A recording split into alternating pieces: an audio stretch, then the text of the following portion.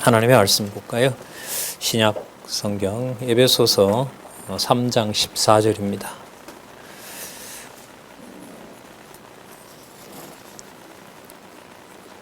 에베소서 3장 14절입니다. 제가 보겠습니다.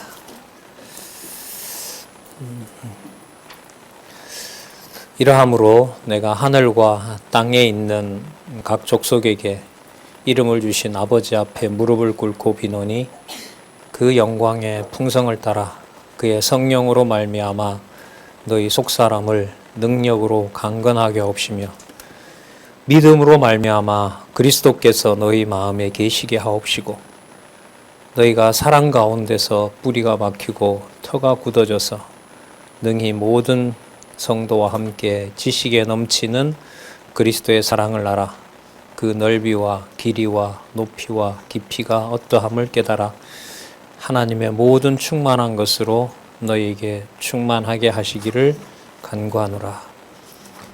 우리 3장 19절까지 읽었습니다. 오늘 빌립보서인 줄 알고 계실 텐데 사실 지난번에 에베소서 뒷부분을 시간이 없어서 요약을 정리를 다시 한번 복습을 하지 못했기 때문에 좀 아쉬움이 남아서요. 에베소서 3장 14절부터 다시 한번 주제 교회의 진리를 통한 무장에 맞추어서 살펴본 다음에 그 다음에 빌립보서죠. 빌립보서부터 시작하는 교회 생활을 통한 무장 부분을 살펴보겠습니다. 진리로 무장하게 하시고 진리는 이제 물론 성경 진리죠. 당시로 보면 바울에게 보낸 그 진리의 말씀이죠. 그 진리의 말씀이 세워주신 교회를 무장시킵니다. 무장은 요즘 전쟁이잖아요. 전쟁이 곳곳에서 일어나고 있는데 과연 에베소서를 옥에서 기록하는 바울의 처지 다 무장 해제됐죠. 또 왕의 명령 하나면 아무리 재판이 잘 진행된다 해도 당장 내일 죽을 수도 있는 상황이고 또 편지를 보내는 에베소 교회의 상황은 우리가 읽어봤지만 편안하고 또 질서 있고 그런 상황이 아닙니다. 너무너무 무질서하고 그야말로 바울이 그렇게 3년 동안 애를 쓴 곳이 맞나 할 정도로 너무너무 혼탁한 상황이 바로 이 에베소 교회입니다. 거기에서 하나님의 교회, 하나님의 집, 주 예수 그리스도가 몸된 교회의 실체를 우리가 앞부분에서 설립 부분에서 창세전 하나님의 언약부터 창세전 영원한 선택부터 소개함으로써 교회의 본질을 더 드러내는 거죠. 그러니까 여러분 자신과 사회도 마찬가지고 세상도 마찬가지죠. 신약에 기록한 말씀이 그랬고 구약의 전체 말씀이 좋은 연구실에서 아주 좋은 후원을 받고 많은 후원을 받고 편안한 상황에서 그렇게 쓰여진 성경 본문은 거의 없습니다. 제가 알기로는. 그러니까 세상의 어떤 여건과 상황을 뛰어넘어서 그야말로 보이지 않지만 실체이고 변하지 않고 모든 상황을 넘어설 수 있는 진리의 말씀이 무엇인지 그걸 이제 알려주는 내용 중에 하나가 또한 에베소서의 진리를 통해서 몸과 여건과 상황으로 보면 다 붙잡을 수 없는 상황이고 그걸 우리가 이제 무자고 말한다면은 절대로 그렇지 않다라는 사실을 알려주면서 교회라고 했을 때는 주 예수 그리스도가 통치하는 교회라고 했을 때는 바로 무장이 반드시 되어 있다. 과거형으로 말씀드리는 것은 이게 창세전에 있었던 시간으로 보면 이미 확정되어 있는 사건을 말하기 때문에 그렇습니다. 그래서 아까도 우리 기도 중에 말씀드렸지만 많이 만나는 오래된 분들은 진리를 안내하는 분들이 많아요. 요즘은 그분들이 갖가지 방식으로 진리를 전달하는데 지금 이 에베소서도 에베소 성도들에게 동력자를 통해서 편지를 전달하는 거잖아요. 그래서 그 전달하고 소개하고 안내할 때 그 지혜가 반드시 필요하다는 말씀을 드리는 겁니다. 그러나 그 방법 역시도 우리의 생각을 뛰어넘습니다. 에베소서를 그 착고에 채워서 로마 감옥에다 두고 또 바깥에 있는 에베소 교회는 흔들리고 있고 빨리 가서 뭔가 해주고 싶은 마음이 간절한데 아무것도 할 수 없게 한 상황에서 진리의 말씀을 들려주시고 또한 공급해 주신다는 것은 바로 그게 세워주신 교회를 기록한 말씀을 통해서 무장한다는 것하고 직접 관계가 있습니다. 이런 사실들을 앞부분의 설립과 관련해서 말씀을 드렸고요. 자, 지금 3장 14절에서부터 좀 더 살펴볼 내용들은 그런 신약 교회를 하나님께서 주 예수 그리스도의 통치를 통해 바로 성장하게 하신다는 거죠. 그럼 이때 이 성장은 그야말로 하늘에 있는 비밀을 알아가는 것과 관련이 되고 바울을 통해서 보내준 말씀, 기록한 말씀들을 정확하게 안내하고 또한 그걸 통해서 또 다른 지체들에게 안내하는 일하고 관계되죠. 그래서 교회의 유일한 절대 표지는 성경신학에서 진리의 말씀이고 그 진리의 말씀을 하나님께서 보혜사 성령께서 주관하신다고 하는 것이 확고한 진리 인식의 바탕이라고 할 수가 있습니다. 지금 3장 14절에서부터 19절은 뭐냐 하면 우리가 강론을 해왔기 때문에 교회의 성장을 하나님께서 해주셔야 된다는 강구를 할 수밖에 없어요. 이게 나갈 수 없기 때문에 이런 기도를 하는 건가요? 아니면 근본적으로 교회의 성장은 하나님과 그 다음에 주 예수 그리스도가 주관하신다는 확고한 믿음 때문에 그런 건가요? 후자인 거예요. 후자인 거. 물론 앞의 마음도 얼마든지 지배적일 수가 있습니다. 가서 뭔가 할 수 있으면 얼마나 좋겠습니까? 그러나 그런 상황이 아닌 상황에서는 더더욱 그렇다고 그걸 절망적으로 제가 못 가니까 하나님이 하세요라고 하는 것도 아닙니다. 그건 바울이 기록한 말씀에 보면 감사함으로 기도하는 건 아니죠. 바울의 기도 내용에 보면 기쁨과 감사로 간구한다는 말씀이 많이 나옵니다. 그러니까 뭔가 부족하기 때문에 간구하는 게 기독교 기도가 아니에요. 이방의 종교들이죠. 모두가 다. 현재 내 생활에 종교가 뭔가 보탬이 되도록.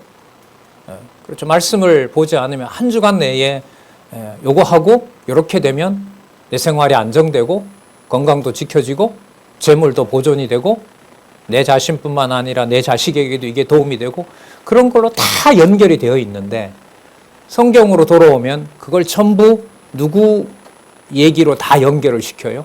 하나님이 주시고 하나님이 주셨고 하나님께서 그렇게 하신다는 것이기 때문에 기록한 말씀을 그대로 안내해서 읽게 해준다는 것은 실제 삶이 그리스도가 통치하는 삶이라는 사실을 확증하는 그야말로 이게 진리 투쟁이죠. 이게 바로 영적인 싸움이 된다고 할 수 있죠. 다른 부분도 그렇지만 우리 17절 한번 보시면은 믿음으로 말미암아 그리스도께서 너희 마음에 계시게 하옵소서 이렇게 말합니다. 여러분 우리가 믿음, 그리스도 이런 말을 많이 쓰지만 이런 방식으로 믿음으로 말미암아 그리스도께서 우리 마음에 계시게 하옵소서 이런 기도를 잘 하질 않아요. 왜 못하느냐? 성경 본문을 모르기 때문에 그래요. 익숙하지 않기 때문에 그럴듯해요. 예수 그리스도라는 말도 사용하고 기도도 사용하고 하나님도 사용하고 그래서 그 말을 그 사람이 사용하는 말로 조합을 하면 그 말들은 다 성경에 나와 있기 때문에 성경대로 말하는 것처럼 보이고 성경대로 그야말로 기도하는 것처럼 보여요. 하지만 다시 한번 말씀으로 돌아와서 보면 그 말씀에 기록한 의도대로 그 주시는 말씀대로 가고 있느냐 이건 항상 돌아볼 여지로 남아있는 겁니다. 다시 보시면은요. 믿음으로 말미암아 그리스도께서 너희 마음에 계시게 하옵소서. 그러면 여러분 믿음과 그리스도라고 하는 것은 뗄래야 뗄 수가 없죠. 따라서 믿음이 선물이다라고 하는 것은 우리의 모든 일생을 또 오늘 하루 전부를 또 미래를 주 예수 그리스도께서 통치하신다는 것을 믿음을 줘야 가능하다라는 사실입니다. 이걸 바울로서는 그렇게 많은 편지를 보내고 뭔가 확증을 주고 3년 동안이나 강론을 했고 함에도 불구하고 다시 돌아와서 누구를 의지할 수밖에 없어요? 하나님을 의지할 수밖에 없습니다. 그래서 나는 성경신학에서는 어떤 부분은 나는 이미 공부를 했어. 글쎄 그런 말이 점점 사라질 것입니다. 주시는 말씀이 아니면 살 수 없다는 것이 더 간절하기 때문에 이제까지 지나왔던 것은 하나님의 은혜로 그 진리의 말씀을 또 보고 싶은, 마치 좋은 음식을 먹고 나면 그 식당 이름만 생각나도 벌써 막 땡기잖아요. 빨리 가고 싶고. 그것도 인간의 본능인데 하나님이 주시는 믿음이야말로 그 말씀을 또 보고 싶은 마음으로 안내하는, 기억하게 하는 너무나 중요한 말씀이 되겠죠. 계속해서 보겠습니다. 21절로 가서 보겠습니다. 자, 21절에 보시면 20절부터 볼게요. 네. 우리 가운데 역사하시는 능력대로. 자, 아까 기도를 하나님께 했고 하나님께서 그 마음에 역사하신다는 얘기를 또 하고 있죠. 그리고 온갖 구하는 것이나 생각하는 것에 더 넘치도록 능히 하실 이에게, 바로 하나님 아버지세요. 에베소서에서 선명해지는 게요, 주 예수 그리스도의 사역과 하나님 아버지의 사역이 분리가 되질 않지만 동등하지만 각자 누구의 기도를 누가 받고 누구의 사역이 누구에게로 연결되고 아들이 무엇을 했고 아버지가 어떻게 영광받는지의 관계가 너무나 선명하게 나와 있어요. 그래서 이 여호와 개념을 소개했지만 에베소서의 주 안에서라는 개념을 읽으실 때는 바로 주 예수 그리스도가 이 땅에 육신의 몸을 입고 오셔서 주의 몸된 교회를 위하여 어떤 향기로운 제물이 되시고 당신의 모든 걸 쏟아부었는지를 알려주신 다음에 그 모든 영광을 기억만 알면 하늘에 계신 아버지께 찬양과 경배가 된다는 얘기가 아니라 그 하나님 아버지께 영광의 찬송이 되도록 누가 해주셔야, 성령께서 해주셔야 된다는 거예요. 그게 우리 갈라디아에서 있었던 바로 성령의 열매입니다. 그래서 계속 이렇게 연결이 되고 있다는 거죠. 자, 21절. 교회 안에서와 그리스도 예수 안에서 영광이 대대로 무궁하기를 원하노라.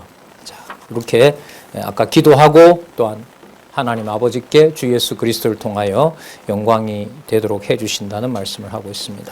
자, 그러면 신약교회의 조직은 이 땅에서 이루어지는 믿음을 주셔서 그리스도가 통치하시는 교회거든요. 자, 그 교회의 상황은 이제 에베소서에 특히 강조하는 부분들 한번 찾아보면 4장 2절에 보면, 자, 넘겨보실까요? 자, 넘겨보시면 8691페이지에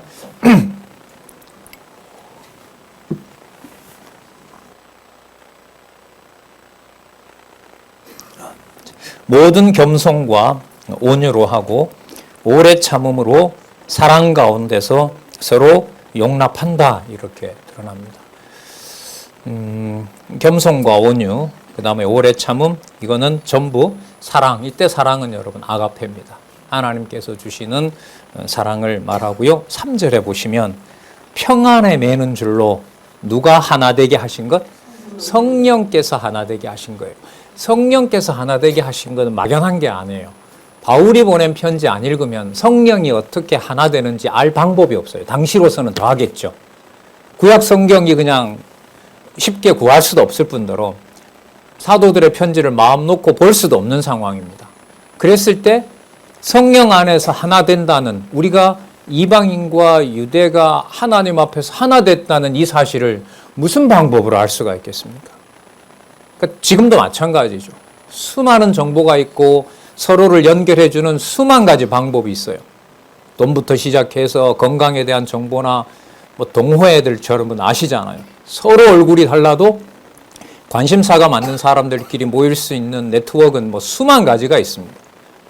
그러나 그 모든 연결고리가, 그 모든 연결 관계들이 기록한 말씀을 그대로 따라가면서 누가 하나 되게 하신 비밀, 성령이 하나 되게 하는 비밀을 따라올 수가 없는 겁니다.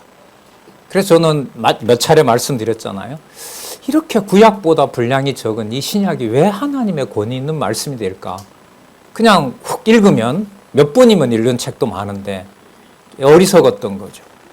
그 말씀의 고리고리 하나가 구약 성경 전체가 담겨있는 진리의 말씀이라는 사실을 조금씩 깨달아가고 또 안내를 받고 여러분들과 같이 서로 자, 그 가운데서 이 말씀이야말로 성령께서 하나 되게 하시는 줄이구나라는 사실을 우리가 계속 확인을 하고 있습니다. 4장 6절 볼까요? 예. 그럼 성령이 하나 되게 하신 것은 우리 중심의 교제가 아니라, 예, 우리를 창세 전에 그리스도 안에서 자녀 삼아주신 하나님의 사랑을 확증하는 거겠죠. 하나님의 사랑이 이렇게 했을 때 우리에게 주신 것 쪽으로 갈까요? 아니면 우리의 이해관계를 넘어선 하나님의 존재와 하나님의 능력으로 가는 걸까요? 이 또한 후자일 겁니다. 볼까요? 4장 6절. 하나님도 하나이시니 곧 만유의 아버지라고 얘기를 합니다. 이 아버지 호칭이 많이 나오는 것 중에 하나가 이 에베소서입니다. 무슨 뜻이냐 하면 창세기에 아담에게 약속했던 자손 땅 통치 언약을 실체적인 교회로 하나님이 이루신다는 것을 확증해 주는 내용이 또한 에베소서입니다. 그래서 하나님 아버지 호칭이 많이 나와요. 그러니까 아담에게 약속했던 약속을, 그 세 가지 언약을 자손 언약에서부터 확증해 주시는 내용이 바로 에베소서입니다.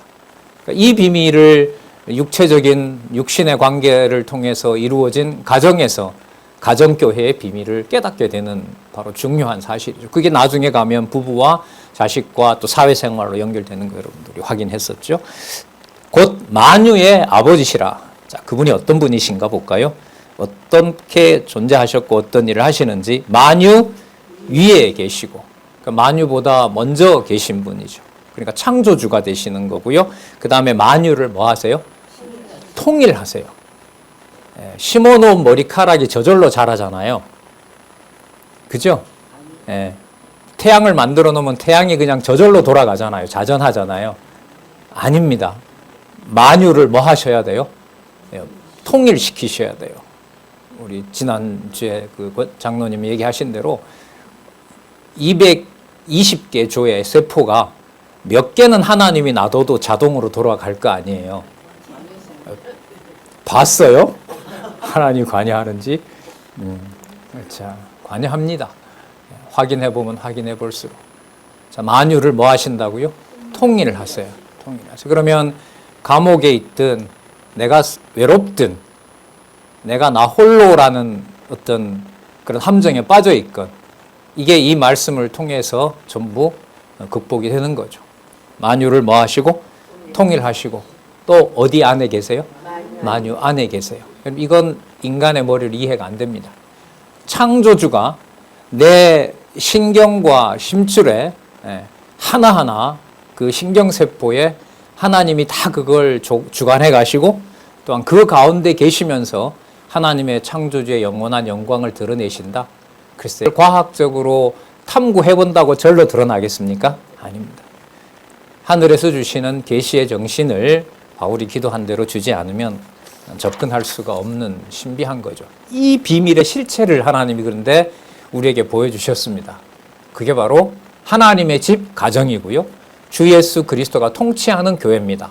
그걸 우리는 뭐라고 부르냐면 가정교회라고 부릅니다. 따라서 이것은 현실의 이해관계 속에 내 자식과 내 부모와 나를 챙긴다라는 출발과 전혀 상관없는 개념으로 시작하는 겁니다. 가정, 하나님의 집, 오이코스. 그리고 오이코스는 주관자가 오직 그리스도 한 분. 그래서 주 예수 그리스도의 교회. 이걸 합하면 하나님의 집, 가정, 주 예수 그리스도가 통치하는 교회. 그 비밀을 우리가 육신의 생활을 하는 이곳에서부터 깨닫고 과거 우리들끼리 얘기입니다만은 그 말씀의 깊이를 이 육신을 주신 소중한 기회를 함부로 사용을 하는 거죠. 사용을 했다는 겁니다. 이 진리의 말씀이 하나로 통일되지 않고 엮어지지 않는데 내 눈에 보이는 게 전부 내 이해관계와 연결되어 있는데 그것도 남과 관계에서 말씀이 연결되듯이 하나님 자녀로서 성령이 함께 하시고 하나님이 통일해 가신다라는 것을 인간적인 지혜로 알 수가 절대로 없죠. 그리고 듣는 것으로 익히 그냥 익숙하게 듣는 것만으로도 제가 볼 땐 한계가 있는 것 같습니다. 그래서 차세대 고민이 인간적으로 좀 큽니다. 성경뿐만 아니라 수십 권의 이 성경신학 연구서들이 전부 성경을 하나하나 연결하도록 안내해주는 안내서들이거든요. 예, 거기에 여러분들 현실적으로 우리 어른들이 보실 때는 쓸데없이 또 하나님의 주관하심에 대해서 저렇게 약해져 있구나. 그렇다더라도 약해진 모습을 좀 말씀을 드리면은, 예, 이 연구를 언제 해서 이렇게 선배들이 물려주신 이 귀한 신앙의 보고와 뿐만 아니라 이 좋은 문화. 근데 거의 지금 후배, 우리 30대 후배, 20대 후배도 오늘 참석을 했는데, 과거에는 그냥 많으니까 오늘도 왔구나 이렇게 됐는데, 요즘 같으면은 진짜 이렇게 가슴이 떨립니다. 하나님 연결시켜 주셔야 됩니다. 말씀을 연결시켜 주시듯이 세대도 하나님 좀 연결 주셔야 됩니다. 준 게 너무 많습니다.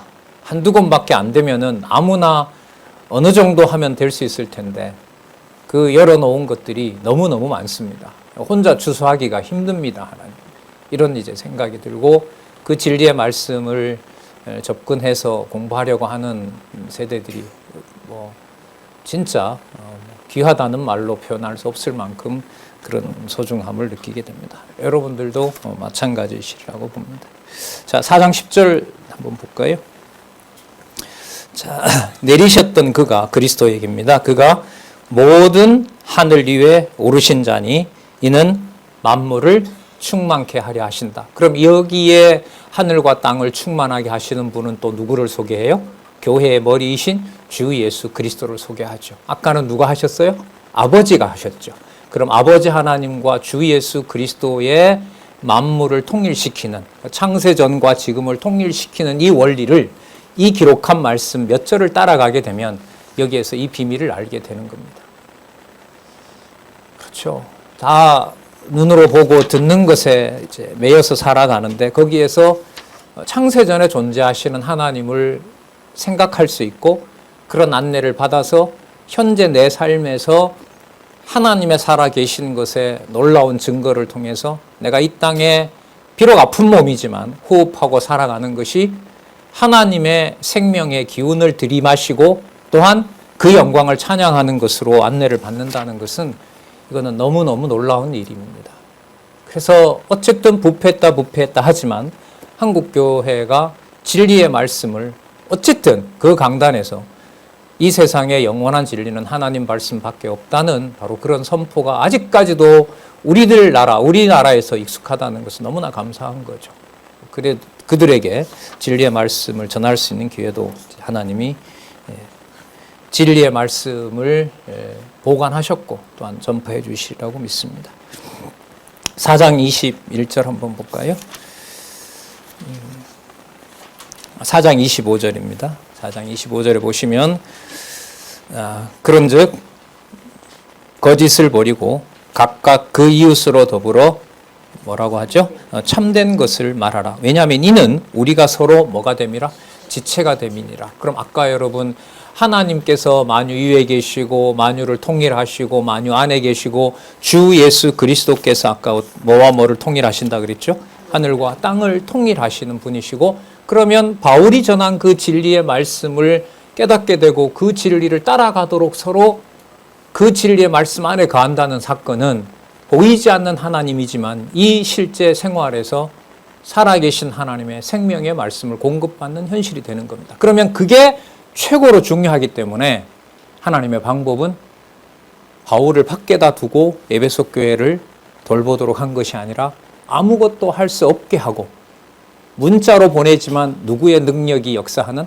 하나님의 능력이 역사하는 바로 그 방법으로 에베소 교회를 하나님의 말씀으로 무장시키고 있는 거죠.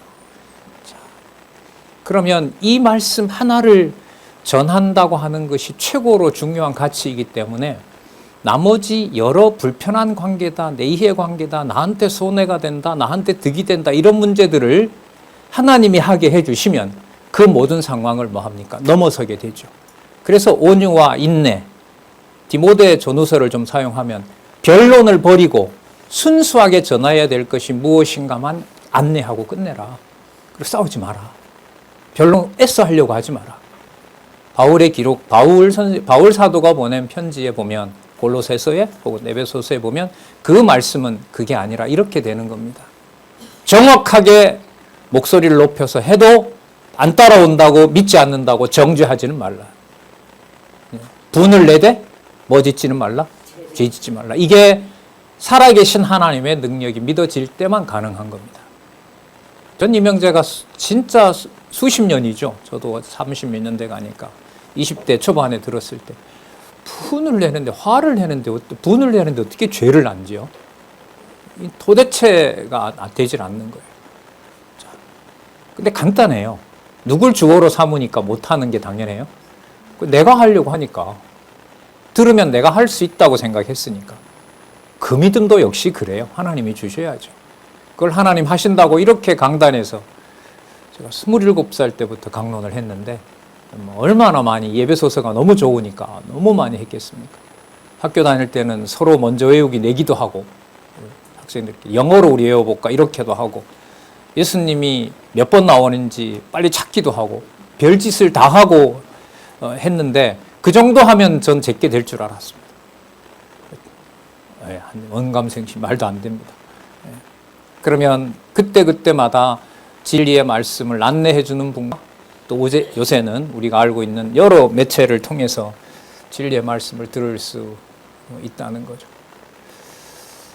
방송실에서 음성으로만 신구약 mp3 파일을 다 해서 어떤 요양원에 계신 권사님한테 보냈는데 한참 한 2달 지났는데 그제 전화 와서 막 울먹이면서 너무 좋다고 다들 내 주위에서 가려고 하지 않는다고 이 늙은이들이 빨리 잠을 자야 되는데 이것만 틀어놓으면 다 모인다고 보내줘서 고맙다고.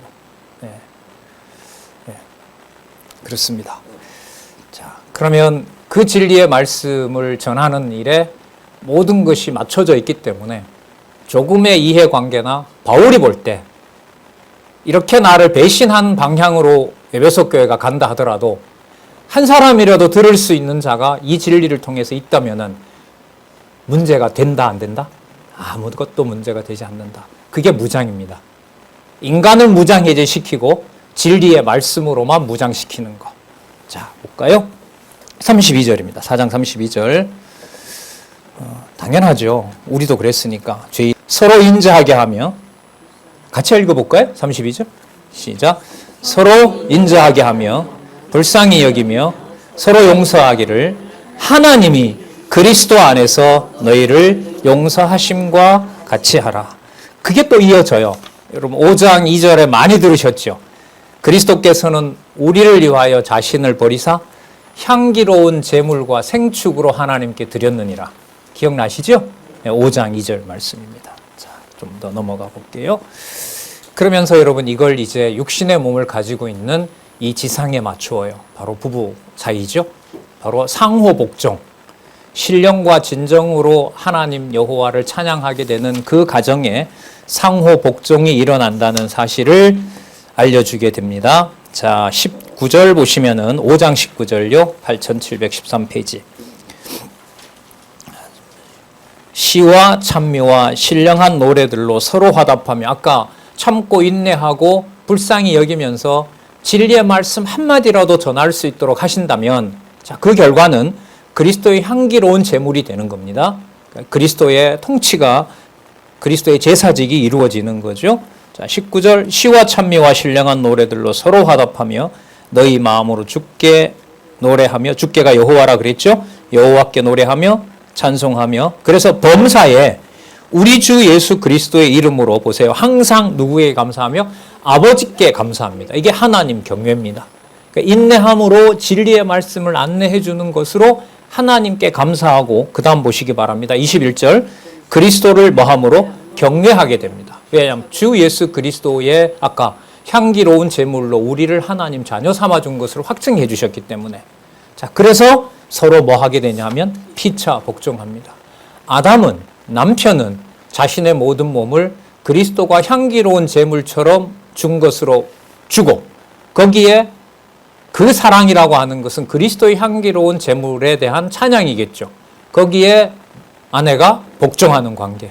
그럼 이 양자는 한쪽만 우뚝 서고 한쪽만 진행된다고 해서 되는 일이 아닙니다. 그러니까 남편의 어떤 권리라는 것이 그리스도의 향기로운 제물과 생축으로 드리질 않았을 때는 아내에게 함께 하는 그 육체와 한몸된 자에게 어떤 사랑도 드러날 수가 없다는 거예요. 이게 가능하다면 그리스도가 그냥 말씀으로만 그냥 사랑한다고 하고 본인이 안 죽어버리고 그냥 교회가 만들어졌다면 가능해요. 하지만 아까 5장 시작할 때 그리스도가 우리를 위하여 주 예수 그리스도의 몸된 교회를 위하여 뭐가 되시고 향기로운 제물이 되고 생축이 됐다는 말은 여러분 번제 아시죠? 전부 다 분해하는 거예요. 각을 뜨는 데서부터 시작해서 모든 내장, 모든 고기 전부 다 태워드려요. 그야말로 싹 태워드리는 거죠. 그 번제가 올려드린다라는 뜻이거든요. 그 내용이 남편의 비밀입니다. 그리고 거기에 아내가 복종하고, 그래서 아까 여기 보시면 시와 찬미와 신령한 노래도 뭐 한다? 상호 피차 뭐하라? 복종하라. 피차 복종의 관계가 만들어집니다. 이게 다음 세대에 또 현재 우리 다음 이 시간 이후로 이 역사가 어떻게 일어날지 하나님이 분명히 보여주시겠죠. 이게 약속의 말씀이고 이루시겠다는 약속이 있기 때문에. 하지만 이런 중심의 귀한 이 교회의 무장을 과거 기존 체제 속에서 이런 내용들은 다른 방향으로 그냥 다른 쪽의 제도를 만들므로 해서 묻혀져 간 거죠. 과거에 제가 좀 흥분하기도 했잖아요. 새벽잠자리부터 깨워서 교회 나와야 하나님의 때 복 받는다는 이 거짓말을 뻔뻔하게 그렇게 수십 년간 적어도 한국 교단에서 새벽부터 그렇게 강요하고 또한 그걸 로만 카톨릭처럼 구원의 빌미로 삼아서 얼마나 글쎄요 가정 파괴라고 하면 너무 심한 건가요? 거기에 자녀들 교육, 기독교 가정 안에서 자녀들이 부모를 통해서 살아계신 하나님을 믿는 사건을 보는 것, 성경 볼 일도 거의 없었고 제도 틀 속에서 그냥 따라갔고 거기에 여러 직분에 매여 있는 제도 속에서 그것만 쫓아가도록 했고 그 사이에 그리스도의 신령한 몸된 교회는 와해되어 왔던 것. 그래서 교회 체제 개혁이라는 것은 성경에 기록한 말씀을 그대로 따라가게 하는 바로 유일한 현재로서는 방법이라는 거 여러분들도 아실 겁니다. 모든 일들을 하나님께서 또 주관해 가신다는 것도 여러분들 알고 계시고요. 아까 불쌍히 여기고 온유하며 기록한 말씀을 정확하게 한마디라도 때를 얻으나 못 얻으나 전달하고 싶은 마음, 거기에 모든 것이 맞춰져 있죠. 자, 6장 우리 4절로 가보도록 하겠습니다. 6장 4절. 네. 자녀 문제죠. 또 아비들아 너희 6장 1절 자녀들아 너희 부모를 주 안에서 순종하라 이것이 옳으니라. 또 아비들아 너희 자녀를 노엽게 하지 말고 오직 주의 교양과 훈계로 양육하라. 그러면 이 말씀이 아까 아내와 남편 사이에 있었던 피차 복종의 관계, 그리스도의 향기로운 제물과 생축으로 남편이 아내에게 하는 모든 하나님의 통치, 하나님의 통치를 보여주는 일, 주 예수 그리스도가 사랑하는 일에서 그 관계를 자녀들이 보는 거죠. 그 안에서 디모데와 같은 후배들이 자라고 있는 것이고요. 자녀들이 살아가고 있는 것이고. 그렇게 돌아보면 우리의 전반적인 문화는 이 방향으로 오지는 않았다는 겁니다. 여기에 간절함이 있고 그렇다고 누굴 가르치기 위해서 우리가 배우는 건 아니잖아요. 내가 무장하고 나에게 생명의 말씀이 된다는 것을 먼저 깨닫게 되는 거죠. 자, 그래서 사회로도 이게 연결이 되죠. 6절에 볼까요? 6장 6절에 눈가림만 하여 사람을 기쁘게 하는 자처럼 하지 말고 누구처럼? 그리스도의 종들처럼 마음으로 누구의 뜻을 행한다? 하나님의 뜻을 행한다. 그래 8절에도 보면 주에게 그대로 파는 줄로 알미라. 주 앞에서 하는, 이때 주는 하나 아버지고요. 또 다르게 주 예수 그리스도를 동시에 연상하게 하는 겁니다. 이 모든 것이 바로 하나님께서 영적 싸움을 하게 하시는 무장을 시키시는 내용이지요. 자, 11절에 한번 볼까요? 6장 11절에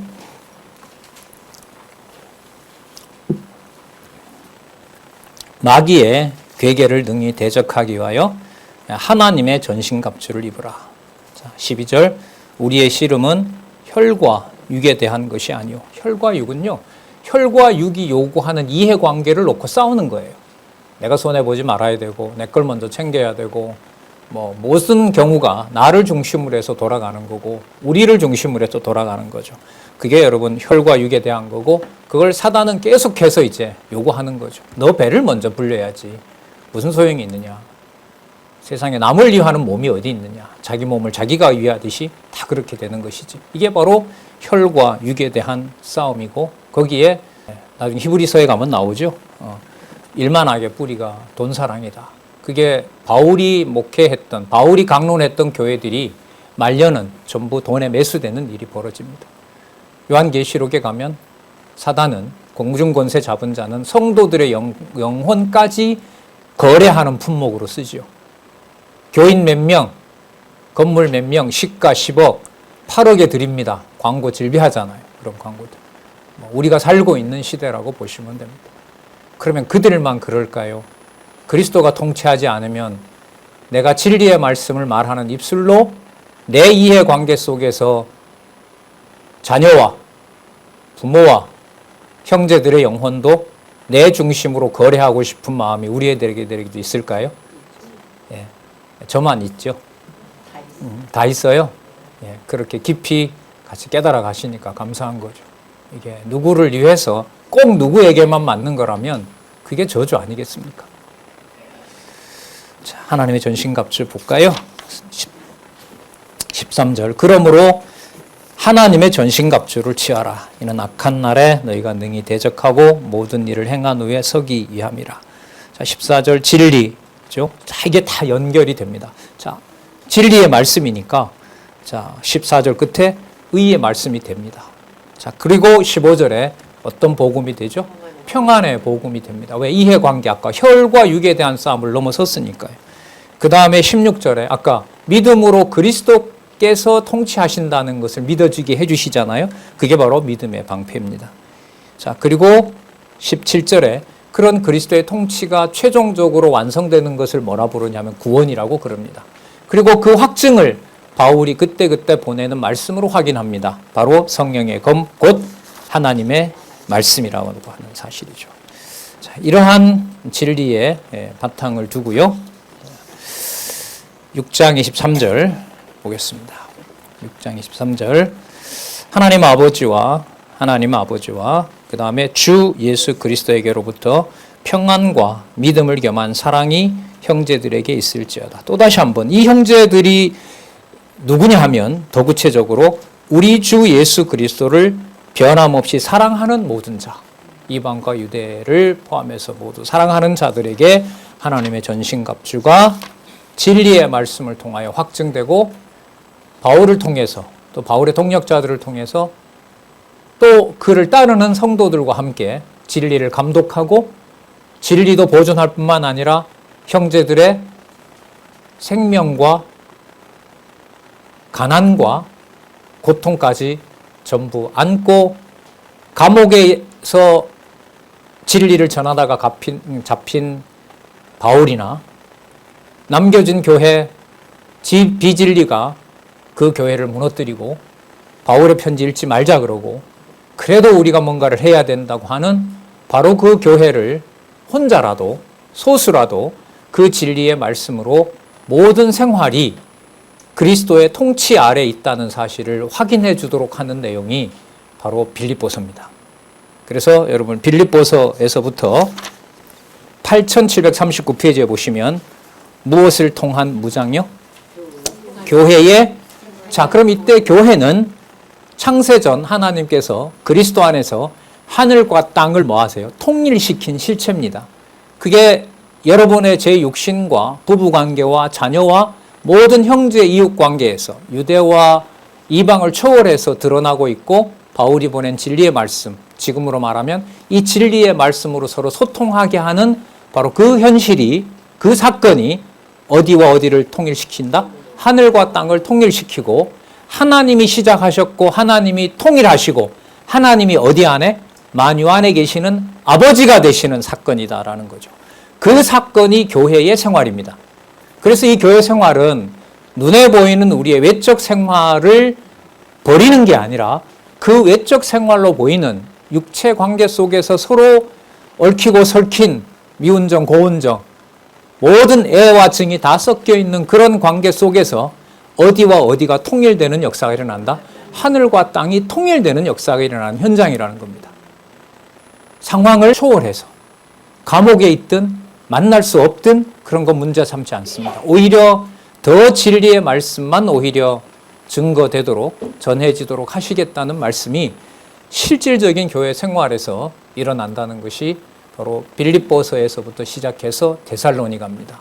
데살로니가서만 잠시 언급하면 그 데살로니가서에 나타난 얘기로 보면 많은 인원들이 남지 않습니다. 연보를 모아놓으면 연보를 훔쳐가는 자들이 교회 내에 있고 도대체 연보를 해야 되는지 말아야 되는지 곧 오시리라고 했던 예수님은 소식도 없고 이 상황에서 바울이 보낸 편지 그것만 가지고 교회를 지탱한다? 이건 불가능합니다. 그러나 그 상황에서 에베소서에서 하나님의 감추었던 비밀의 경륜은 여러분 하나님이 지은 집을 하나님이 관리하는 거라 그랬죠? 경륜이 집 짓는 거예요. 하우징이에요. 하나님의 집을 하나님이 관리하시고 하나님이 통일시킨다는 원리입니다. 그 원리 하에 몇 푼 남지 않은 연보라도 데살로니가 항구로 들어오는 피신자 유대인들을 한 명이라도 챙기면서 반드시 그리스도가 오신다는 소망을 갖고 살아가도록 하는 내용이 데살로니가서입니다. 그래서 빌립보에서부터 빌립보서, 에베소서, 그 다음에 골로새서, 그 다음 데살로니가 전후서 이 내용은 실제 생활에서 하늘과 땅의 통일이 일어나지만 상황으로 보면 과연 이걸 누가 하느냐? 굳이 나 혼자 왜 이렇게 해야 되느냐? 이게 무슨 의미가 있느냐? 이런 내용들이 교회를 장악하고 있는 상황에서 교회의 생활을 하나님의 전신갑주를 입게 하셔서 뭐 하게 하시는 내용이죠? 무장케 하시는 내용이다. 그걸 주제로 좁히면 교회 생활을 통한 무장 이렇게 부르는 겁니다. 마찬가지로 에베소서를 보시고 단숨에 빌립보서에서부터 데살로니가까지 쭉 연결을 하게 되면 여러분의 실제 생활과 제 실제 생활에서 겪는 고난을 비롯해서 여러 가지 모든 생활들이 바로 하늘과 땅을 통일시키신 하나님의 놀라운 일이 드러난다는 사실을 확인해 갈 수가 있습니다. 자, 본문 조금 보도록 할까요? 우리 요절 볼까요? 1장 27절입니다. 빌립보서 1장 27절.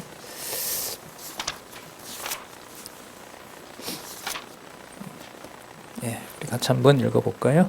28절 중반절, 상반절까지 같이 한번 읽겠습니다. 문장이 거기서 끝나서요. 자, 1장 27절부터 28절 상반절까지 시작.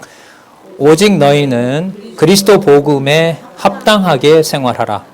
이는 내가 너희를 가보나 떠나 있으나 너희가 일심으로 서서 한 뜻으로 복음의 신앙을 위하여 협력하는 것과 아무 일에든지 대적하는 자를 인하여 두려워하지 아니하는 이 일을 듣고자 함이라. 진리 안에서 교제하고자 함이라 하는 내용이죠. 여러분 이 내용에 보면 일심으로 서서 한 뜻으로 복음 신앙을 위하여 협력하는 내용이 나오죠. 그럼 이건 하나님을 사랑하는 것과 주 예수 그리스도의 통치를 받는 것과 사랑하는 것에 이 내용들이 분리되는 걸까요? 아니죠. 하나가 되는 겁니다. 다르게 말해서 옅은 형제 관계와 별것 아닌 지체들의 관계가 살아계신 하나님께서 창세전에 지으신 비밀의 경륜이 하나님의 영원한 천국이 드러나는 계시 사건이 된다는 겁니다. 간단하게 누구의 이름이 앞서도록 하시면 여호와 하나님이 앞서고 교회의 머리 대신 주 예수 그리스도의 이름이 기억나게 하시면 그 사건은 가벼운 사건이 아닙니다. 진짜 가끔 비유를 듭니다만 조금만 소홀히 하면 깨지거나 흠결이 생기는 마치 크리스탈과 같은 너무나 귀해서 어떻게 만져야 될 줄 모르는 바로 그러한 것과 비교가 되지 않는 것이 일상생활에 나타난 생활을 통한 바로 무장이라는 사실입니다. 우리 빌립보서 한번 볼까요? 처음에 보시면은요, 합당한 생활이라는 것은 하나님의 전신갑주로부터 연결이 같이 된다고 보시면 돼요.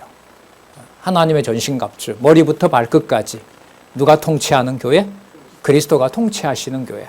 그리고 여호와 하나님이 언약하신 대로 아담으로부터 시작한 그 약속을 이루신 그러한 실체, 그 실체의 내용을 깨닫고, 그리고 볼까요? 무리가 은혜에 참여함으로부터 시작하죠. 저 참여가 여러분 뭐냐면요, 진리 안에서 교제입니다. 코이노니아라고 들어보셨죠? 예, 그게 바로 무리가 함께 참여하는 것을 말하는 겁니다. 그리고 합당한 생활의 원리는 아까 여러분 만유 위에 계시고 아버지는 만유를 통일하시고 또 만유 안에 계신다 그랬고, 그 뒤에 넘어오니까 주 예수 그리스도가 만유를 뭐 한다 그랬습니까? 통치하신다고 얘기를 했었죠. 자, 그럼 저기에 1장 27절에서부터 2장에는 합당한 생활의 원리가 이 지상에서 우리 관계에서 찾는 걸까요? 하늘에 속한 하나님의 약속이 성취된 사건에서 찾을까요? 후자입니다. 바로 누구세요? 주 예수 그리스도입니다. 그게 여러분 합당한 생활의 원리로 드러나 있고요. 그리고 합당한 생활의 절정이라고 하는 것은 이 지상에 남아있는 이 목숨도 자신을 향기로운 제물로 드리고 형제를 위해서 자기를 버리신 바로 그리스도의 낮아지신 데서 생활의 절정이 일어난다는 거죠. 그게 합당한 생활의 절정이고, 그 생활의 절정에서 그 절정을 훼손하려고 하는 바로 본문에 나옵니다. 굉장히 격하게 말합니다. 바울이 개들을 삼가하라 그럽니다. 개들을 삼가하라. 그러니까 한마디를 용납하게 되면 바로 주 예수 그리스도가 이 땅에 육의 몸을 입고 오셔서 낮아진 것이 뭐 되니까? 훼손되니까. 이걸 여러분 요한 2서로 가서 보면 그 육의 몸을 입고 이 땅에 와서 그리스도의 몸을 버리시고 그걸 따라서 살아가게 하는 성도들의 삶을 업신여기면 요한 2서에 보면 이런 자를 뭐라 불러요? 적그리스도라 그럽니다. 여러분들과 제 육의 관계에서 그리스도의 통치를 모르고 그 육의 관계를 단지 부모 입장에서, 자녀 입장에서 뭐 저럴 수도 있지 라는 습성으로 만약에 간다면 그리스도가 이 땅에 오신 것을 무시해버리는 무슨 행위로 가는 길이 열린다? 적그리스도라는 길로 가게 됩니다. 뭐 그렇게까지 그럼 고민하시고 확인하시면 됩니다. 책임질 수 없는 말을 하는 건 아닐 거 아니에요. 그죠? 이렇게 해서 쭉 육신의 생활에 담겨 있는 4장 1절에서부터 23절 합당한 생활의 실천에 가면 제일 끝에 보세요. 무슨 생활을 칭찬함으로 얘기가 정리가 돼요? 교제의 생활을 칭찬함. 저때 교제가 코이노니아예요. 진리로 하나 되는 거예요. 만날 수 없는 바울과 빌립보 성도들이 진리 안에서 교제가 일어나요. 여러분들과 제 육의 몸으로 일어나는 진리 안에서의 교제는 자신의 몸을 향기로운 제물과 생축으로 드린 그리스도 예수의 사건이 되는 겁니다. 그리고 그 결말은 아까 시와 찬미와 신령한 노래로 만유의 아버지 되시는 하나님 아버지께 모든 영광, 은혜의 영광을 돌리게 하려 함이라. 그러면 여러분 에베소서와 우리가 살펴볼 빌립보서 모든 내용들이 하나로, 그래서 이거 다음에 이 내용이 나오는 거구나. 좀 더 하고 싶지만 시간도 안 되고요. 여러분들이 빨리 읽고 싶으실 것 같아서 저는 요만큼만 하고 다음 주에 이 빌립보서를 보시자고요. 그래서 다음에 빌립보서 들어갈 때 에베소서 뭐 5번 읽어와도 제가 안 말리고요. 10번 읽어도 더 안 말리고요.